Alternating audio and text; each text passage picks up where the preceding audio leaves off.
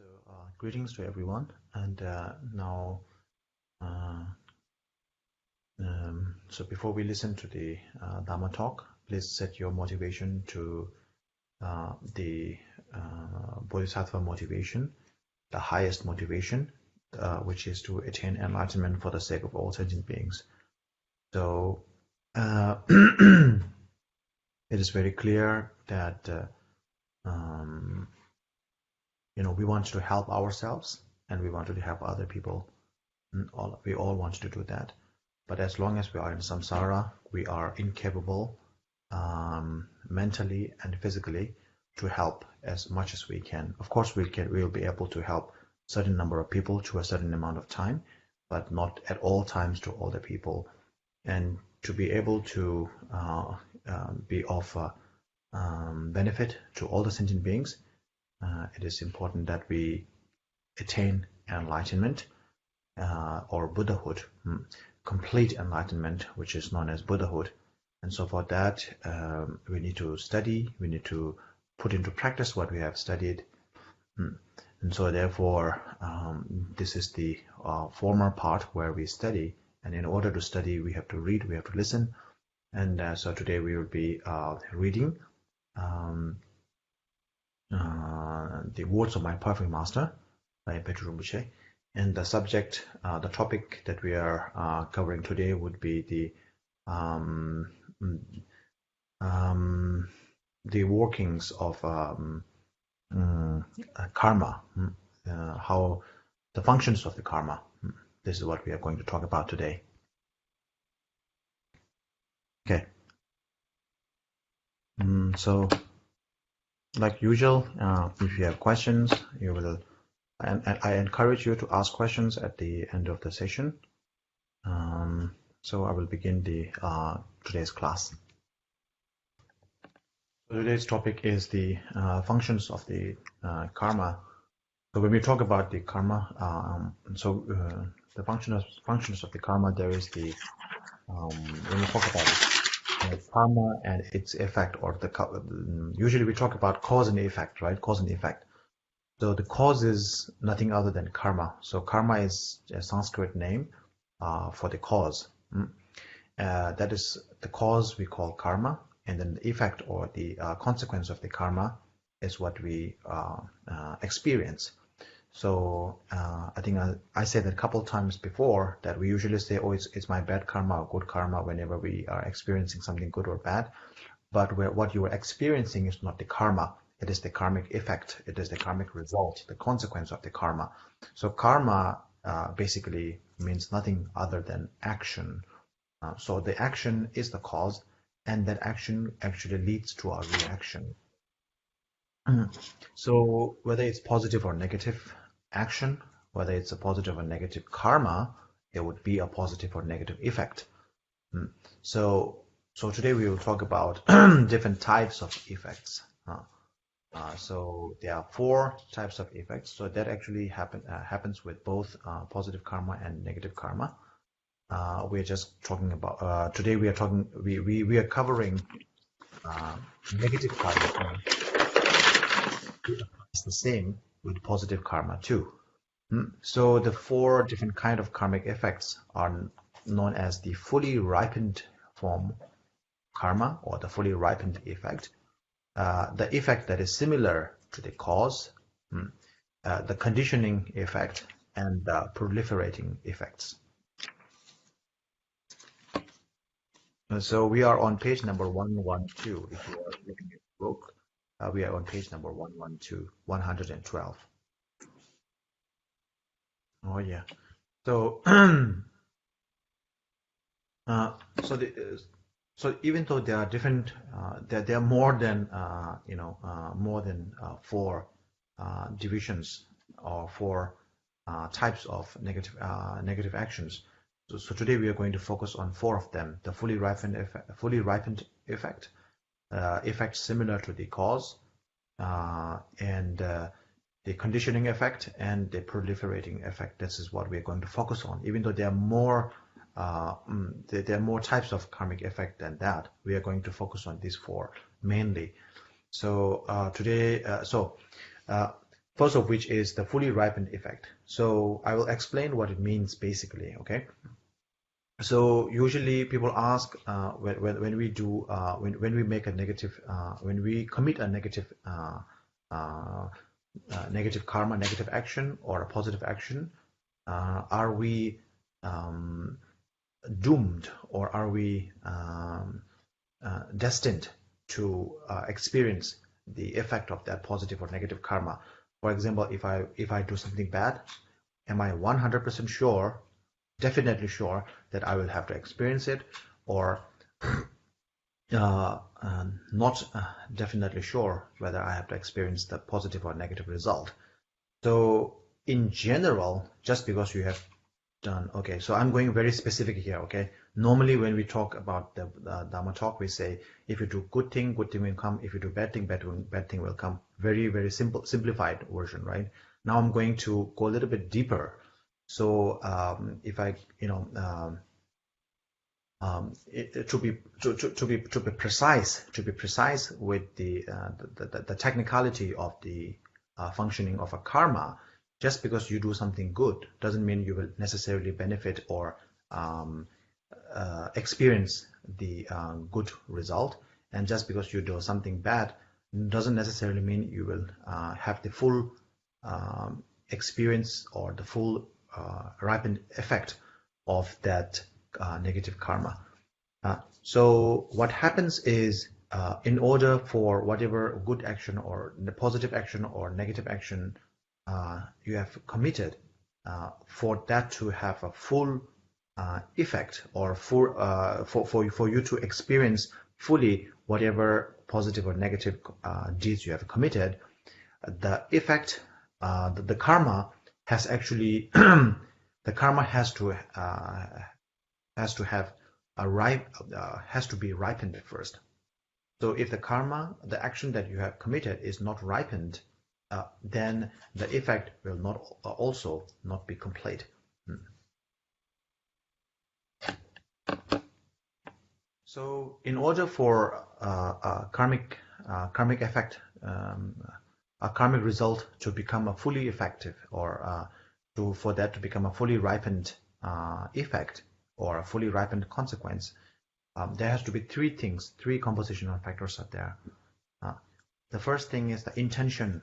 Okay, let's give an example of killing. Okay, right? So out of the 10 non-virtuous deeds, killing is the worst one. I mean, in terms of physical negative action, killing is the worst one. In terms of mental negativity, wrong view is the worst one, right? So we covered that last week. So killing is the worst negative action you can do out of the 10 negative deeds. So when you so the three compositional factors for the action of killing someone to become a fully ripened effect, right? You need three things. The first thing is the intention to kill, right? Intention to kill, first thing. The second thing is the actual action of killing. So you have to actually kill somebody, okay? You have the intention to kill, and then you kill somebody, two things, right? And the third thing is to derive some sort of pleasure from killing that person. So you wanted to kill somebody, then you actually kill that person, and then you are happy about killing that person. Then this becomes a full-fledged or full-fledged action, full-fledged negative action of killing. So you have the intention to kill, you are actually killing someone, and then you derive some pleasure. So I will just give an example, like if somebody is, for example, if you are fighting with somebody, you don't have the intention to kill, you are just like, maybe you wanted to like beat that person or do some harm upon that person, you don't want to kill that person, but accidentally you stab that person at the vital points, and then you kill that person. Then because you don't the action, you have the action, you kill that person, but you don't have the intention to kill the person, and when the person is killed, you do not derive any pleasure out of it. because sometimes we are really angry and want to kill the person, right? Sometimes we just want to teach a lesson to that person, not necessarily kill that person. So when you don't have the desire, when you don't derive pleasure from killing the person, when you don't have the intention to kill someone, but you just kill someone, you have committed into the action of killing someone, then that is not a fully ripened karma of killing. So in other words, that is not a full-fledged killing. So technically speaking, you have not committed a killing. From a spiritual point of view, have you killed someone from a physical point of view or action-wise? Yes, you have killed someone. You have stabbed someone to death. But from a spiritual point of view, when you don't have the intent, when one of the three things are missing, actual killing, the intention to kill, and the pleasure deriving from killing that person. So if one of them is missing, then it is not a full-fledged karma. So this applies to stealing, this applies to sexual misconduct, this applies to cheating, this applies to wrong view. Wrong view is different, but it's a mental thing. So this applies to lying, this applies to sowing discord, and this applies also to chattering, mindless chattering also, yeah. So as I said earlier, so that the same thing applies to all the 10 negative, or the rest of the 9 negative actions, yeah. So if you lie to someone without intention to lie, but you have just a slip out of your tongue, or after lying to someone you feel remorse for lying, you don't derive. There's no you're not deriving pleasure out of lying to someone. You feel bad about lying to someone. Then it's not a full-fledged lying. So. Okay, so the reason I'm explaining this will come into handy as we go further. Okay, so this is the 3 compositional factors for something for action or for karma to have an full-fledged karmic effect. So when that thing happens, when the karmic effect is fully ripened, then you are determined, destined to experience whatever the consequences it is. So usually when you take someone's life, your life is also shortened, right? So even though if you take someone's life without intention to kill that person, you kill someone without intention to kill, or you derive no happiness out of that, pleasure out of that, even though you are committed in the action of killing someone, it is not a full-fledged killing. So therefore, instead of your life being shortened, you will be subject to very like illnesses. Your life will not be shortened, but you will have to undergo different mishaps like accidents or catastrophes in your life, some things like that. Different things will happen. So you will not necessarily lose your life, because it is not a full-fledged negative killing action. So the same goes with all the other negativities. Yeah. So generally speaking, when you commit a negative action, let's go for killing. Okay, if you kill someone with motivated by hatred, then you will be born. Generally speaking, okay, it's a generalization. If you kill someone with motivated by hatred, then you are born in hell. If you kill someone with the motivated by desire, you like that, you wanted the wealth that person has, maybe, right? And in order to rob or steal from that person, you kill that person. So you kill out of desire, you'll be born as a preta, the hungry ghost. You really hate that person and kill that person out of hatred, then you were born in hell realm. If you kill out of desire, you'll be born in hungry ghost. And without proper knowledge of that person, why you are doing that thing, and you kill that person, sometimes out of ignorance. Sometimes we are misinformed, and then we kill someone. We don't have hatred for them. We don't have we do not kill out of desire, out of hatred, but out of ignorance we kill someone, then we will be born as an animal. This is a very, this is a generalization, generally speaking. Yeah. And once we are born in the lower realms, whether it's a hell, hungry ghost, or as an animal, then in that realm we have to undergo the similar type of sufferings that we have subjected the other beings into. So, as I said earlier, I talk about the intention, the action, and the pleasure, right? So now this thing, so I told you it will come into it's relative to what I'm going to speak later. So now so this is very important. So when we commit into a negative action with a very, very strong sense of hatred, or very strong sense of very strong sense of desire, very strong sense of ignorance. So you might think, how can someone kill out of ignorance? So this is something like when someone is like blindly following someone, like your guru or maybe your loved one or somebody, and then you might be like blindly fooled or blindly deceived into committing the action of killing someone. So that can also happen. So that is where ignorance is. So out of strong ignorance, out of strong desire, or out of strong hatred, if you commit to killing someone, then it usually becomes full-fledged negative action, full-fledged killing. Okay, the reason behind this is very simple. If you are motivated by a strong negative action, a negative thought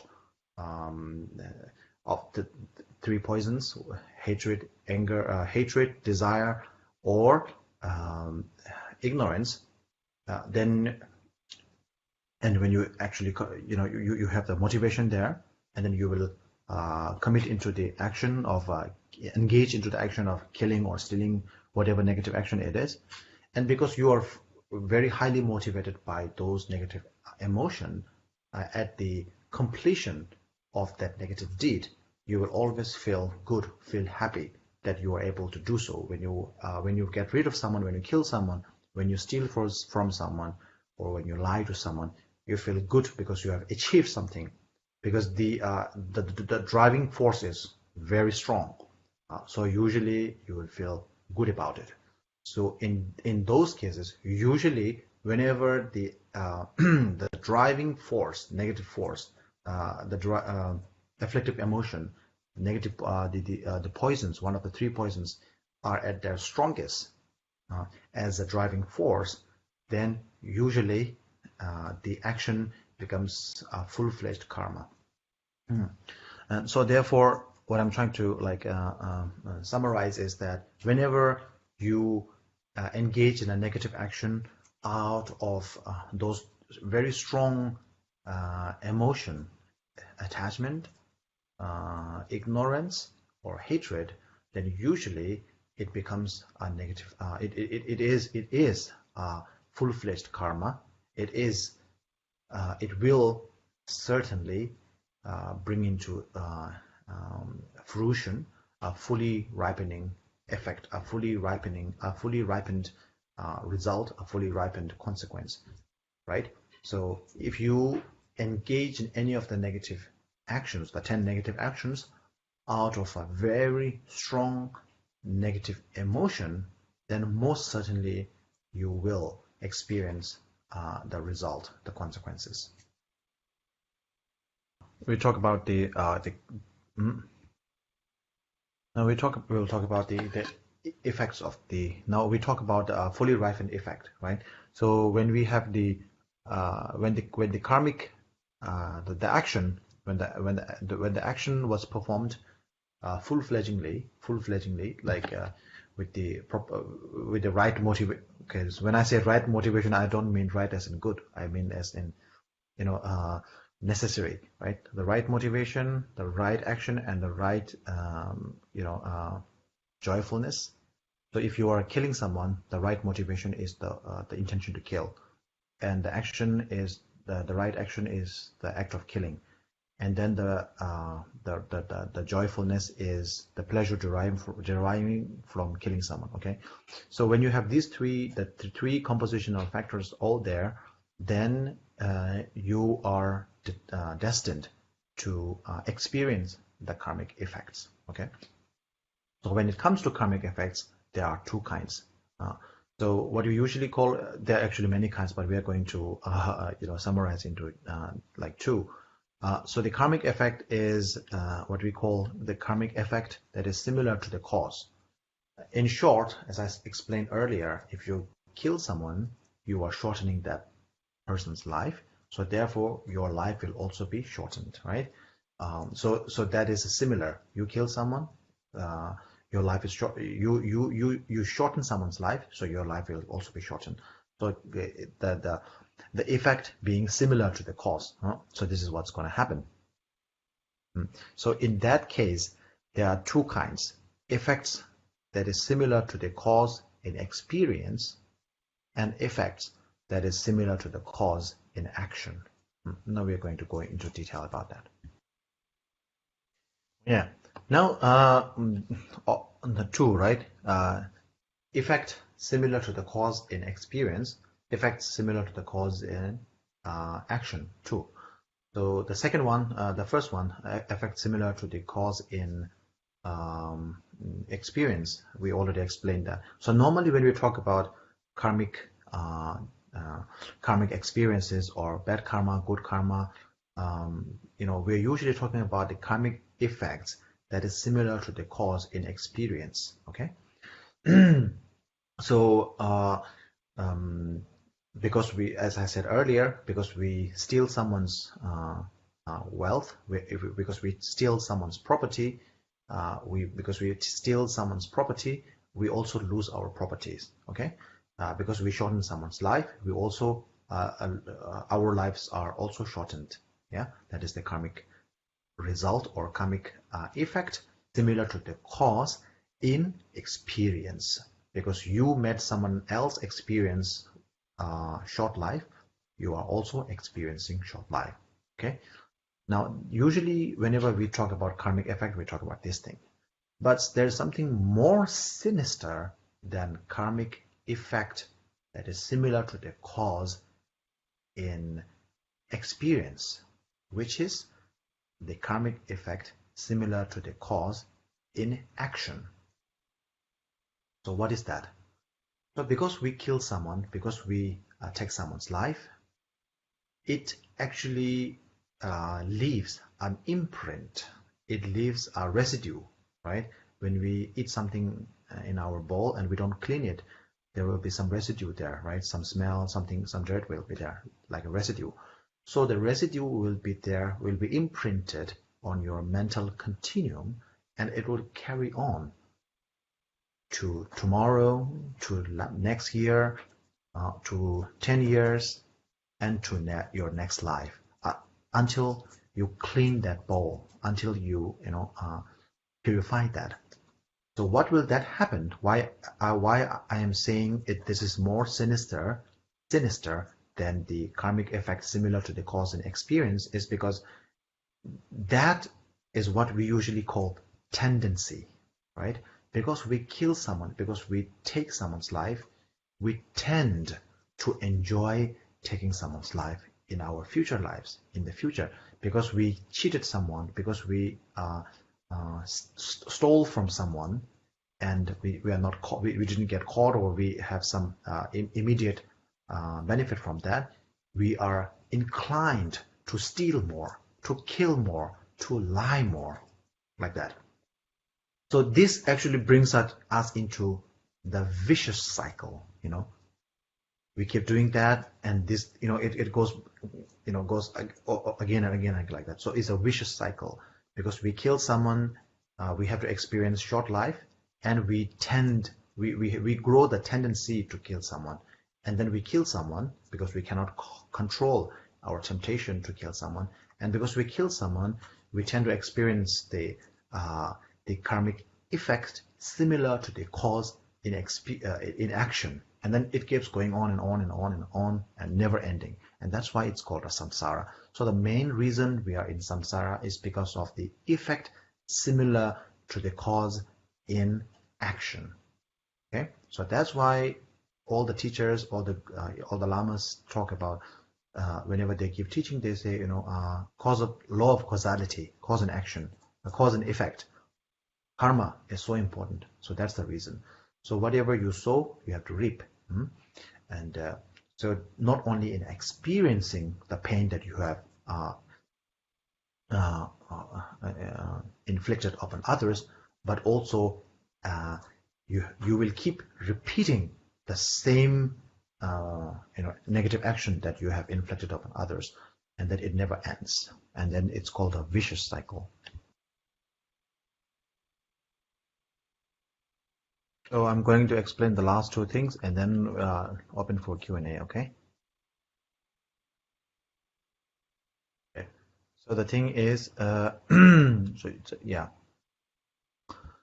the last two is the conditioning effect and the proliferating effect, right? So the conditioning effect is nothing other than, so this is the thing, okay? This is the thing. When we shorten someone's life, so let's just say this: conditioning effect is the negative effect or the positive effect that we get to see or feel or experience in the environment, right? So because when we steal from someone, as I said earlier, our own properties get stolen, right? So the properties that get stolen, the property itself doesn't have any mind, or the property is not experiencing any negativities, right? Not experiencing pain or anything. But since the property is related to me, I am the proprietor of that property. When I lose that property, I get, I am at a loss. So that is one thing. So either the property that because I steal from someone, the property that I have, my money, my house, my car, whatever, may be stolen, may be broken by other people and things like that. That may happen. Now another thing is, and because you took other people's property, you will be born in a very poor neighborhood, right? In a poor family, this kind of thing. So that is the conditioning effect of stealing someone's wealth. So nobody, people stealing your own wealth or your own property, that is the experiential, right? The effect similar to the cause in effect, as I explained earlier. If somebody steals the property that you have, that is the effect similar to the cause in effect. The little different here is, from the time you were born as a dull person, a little bit stupid, because you have been making other people fool. So you were born as a fool. Because you were taking other people's property, you were born in a very poor family, right? Because you have been killing some other people and making a life hell for them, you are born in a war-torn area, in areas where there are wars were raging, people are always violent, fighting, that kind of thing. So that is the environment that you will be born into, you will be raised up into. But that is the conditioning effect. And okay, and then the last one, I just add that it's the proliferating effect is so whatever negative deeds, whatever negative deeds that you have committed, right? When you do not purify that, when you do not purify your negativities, it will keep multiplying, it will keep proliferating, okay? And then the consequences will be much more darker and sinister. So we talk about the negative side of karma, okay? As I said earlier. And the same applies with the positive karma, okay? So when you are doing something good, like practicing Dharma or anything like that, we need to have the three compositional factors. The intention to practice the Dharma, or intention to pray, whatever you are good doing, right? Giving generosity, like giving money, or giving food, or prostration, or meditation, whatever you are doing, first you need to have the intention. That's why we did the motivation earlier, remember? And then you need to have the actual action of doing positive action, okay? And the end, you need to derive pleasure out of that. You need to be happy that you did something good. Rejoice. That's why we do the dedication after all the teaching.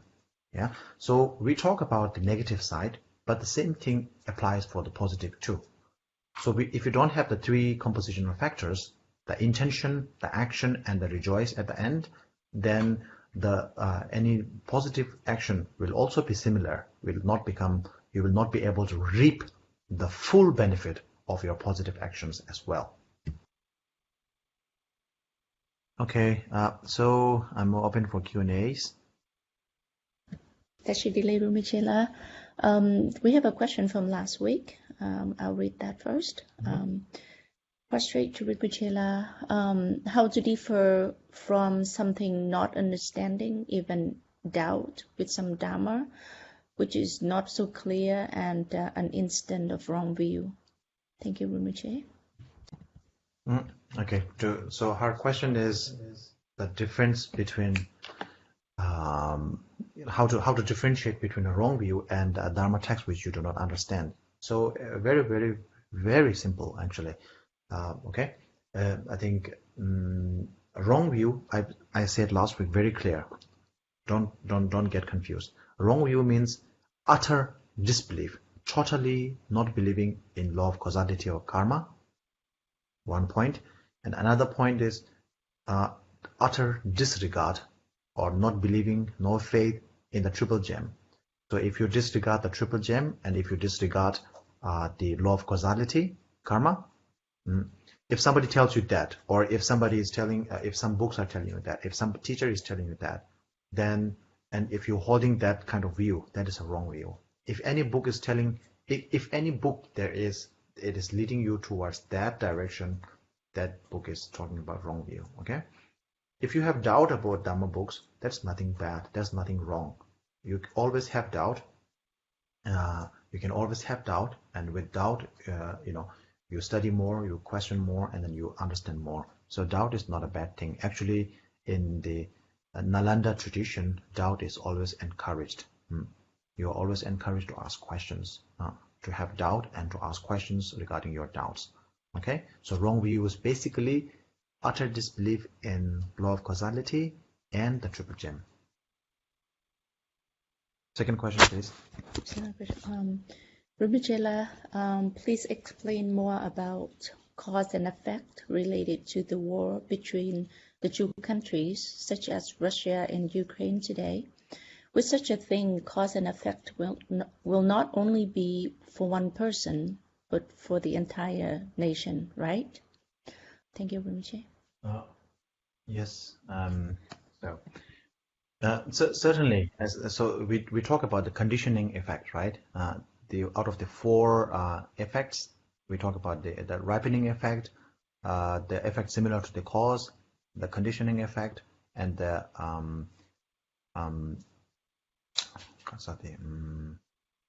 proliferating effect, right? So the third one, conditioning effect, I told you the conditioning effect actually applies to the environment, the place that we live. Sometimes we also call that collective karma, okay? Collective karmic effect. So it's not just sometimes, for example, like as I said earlier, in a war-torn place, yeah, war-raging areas, it's not just one or two person, but the whole area, people who sometimes amounting to thousands of people suffer out of guns, bombs. Even if there's no bombing or anything, because there is a war going on, people don't have enough to eat, people don't have enough to wear, and so on and so forth. So collectively, the whole group of people are collectively suffering, right? So if you look if you look up history, there are many cases of one country invading another, right? Group of people, thousands of people going to another country, raping, pillaging, robbing and stealing, and doing all the negative things, sinister, bad things to one country to another, like that. So when a group of people are engaged in a negative deed, that same group of people are destined to experience similar karmic effect and like that. So this happens all the time. And if you look into world history, whatever country or kingdom was top of the world is no longer on the top of the world. So it kept changing. It always kept changing. Yeah. So the karmic sort of like experiences keep transferring from one to another. What I mean is, like, whatever you do to others, you also experience the same thing. You have one more question? We have one more question, Rinpoche. Rinpoche, what determines when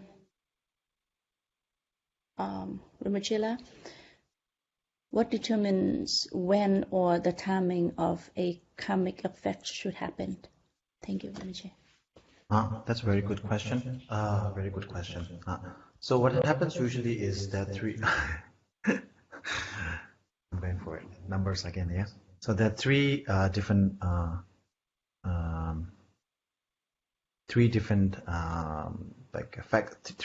factors that play an important role in which karmic effects get materialized or ripened first. Okay. So as you know, in the Buddha Dharma, we usually the belief is that the life is immemorial, timeless, right? We have taken innumerable life before, right? We have had innumerable births before, right? So because of that, we have accumulated a lot of positive and negative karma. So there are different karmas that we have accumulated in the past. So your question is, which karma? What determines the fruition of? What determines the timing of the fruition of this or that particular karma? So what usually happens is very simple, very, very simple again, okay? The first thing, so there are three factors that come into play, okay? The first thing is usually, okay, I'm saying usually what happens is whatever karma, whatever cause that you have accumulated, whatever karmic action you have engaged first, right, that is ripened first. So whatever karma you, I'm just saying, so this is very, difficult to explain, even though it's just three simple things, but it's difficult to explain unless I use an example. So let's use an example of killing and stealing and lying, okay? So because if you kill to someone and lie to another person and cheated cheated another person, like three things, right? Maybe like use harsh words to someone, kill someone, cheat someone, and use harsh words to someone. So three things. So if you kill someone first, usually what happens is that you will be the first that the karmic effect to bloom into or materialize would be killing, which is to shorten your life, right? But in between that, before that, because you lie to someone, and if you make a very big lie, right, then the first thing is the timing. First thing is whatever you committed first will ripen first.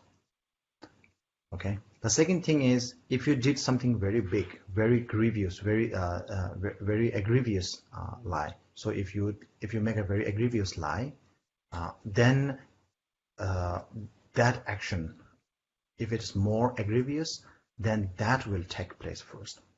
Okay. And the third thing is at the time, at the moment of you experiencing. Usually we experience pain, we experiencing joy, and we experience just equanimity or nothingness, in between the two.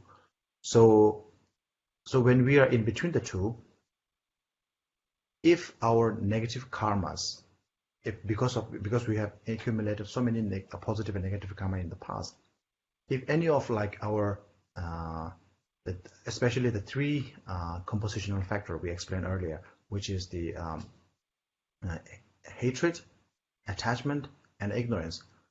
Out of these three poisons, if either of these three poisons kind of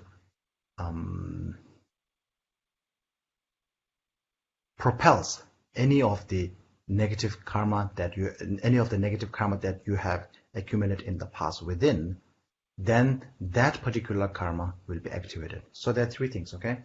The first is, usually what happens is whatever you have done first will reap first. That is the timing, okay? The second thing is, if you accumulate a very egregious negative karma, so let's say you lie to someone, that's the first thing.